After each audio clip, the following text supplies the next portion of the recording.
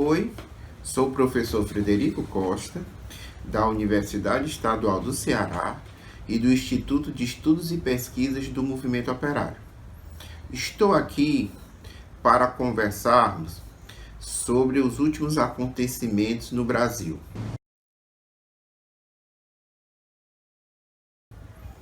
No dia 24 de setembro, o presidente Bolsonaro foi à ONU, a Organização das Nações Unidas, fazer uma tradicional abertura. Lá, ele expôs, sinteticamente, todo o programa da extrema-direita brasileira. A extrema-direita cresce no mundo. Ela dirige a Índia, ela dirige a Hungria, ela está no governo da Polônia, até recentemente dirigiu o governo da Itália, cresceu na Espanha, tem grande força na França, está na Inglaterra. E aqui no Brasil é por meio de fraude, por meio de intimidação, por meio da prisão política do ex-presidente Lula, chegou ao poder. E o programa que o Bolsonaro, com toda a sua limitação mental, expôs, é claro e evidente. É um programa de guerra contra a maioria da população brasileira, contra os seus setores socialmente mais frágeis, contra os indígenas, contra as mulheres, contra os negros, contra os LGBTs. É um programa que procura saquear as nossas riquezas naturais, ao dizer que não vai mais estender as reservas indígenas, que lá tem muitos recursos.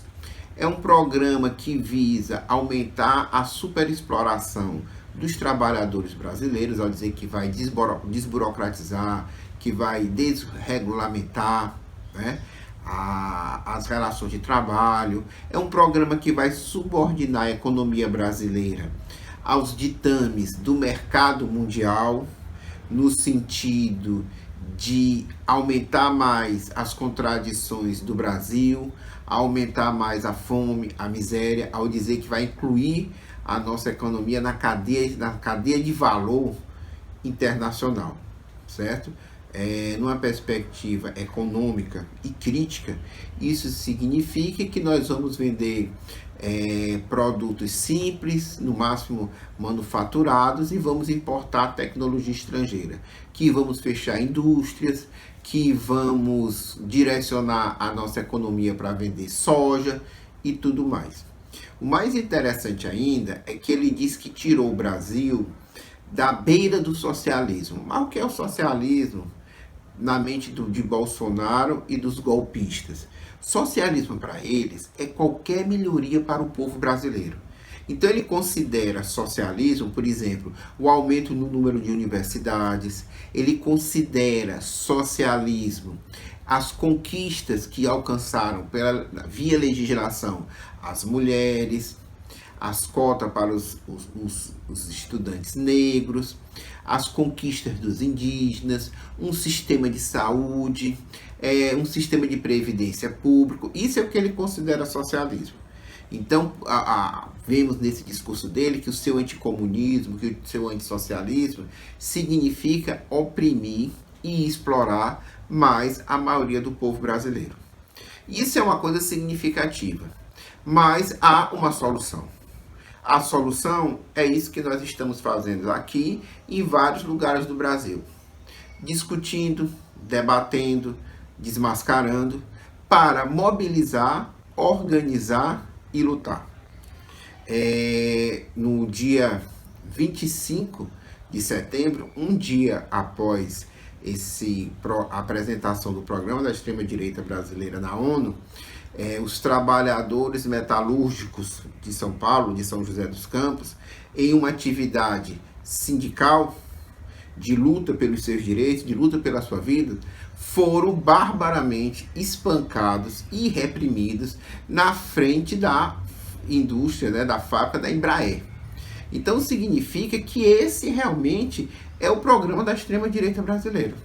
Reprimir, né? Ou então assassinar, como no Rio de Janeiro, que nós temos um aprendiz do Bolsonaro, né? Seguindo a linha do Hitler e do Mussolini, que dispara contra a própria população indefesa. Ou seja, os maiores inimigos para a extrema-direita do Brasil são os trabalhadores, são os pobres, são os negros, são os camponeses, são as mulheres que reivindicam seus direitos. Então, esses setores, quando se mobilizam, quando se organizam, têm o ódio dessa minoria pequeno-burguesa e fascista, né? Que está localizada nas Forças Armadas, que está localizada no Ministério Público, que está localizada no sistema judiciário brasileiro. Mas contra isso, há uma questão que eles não podem escapar. Nós somos a maioria. E a maioria consciente vai passar por cima desse governo de extrema direita. Essa é a nossa mensagem. Curta o nosso vídeo, divulgue, certo? E dialogue com a gente.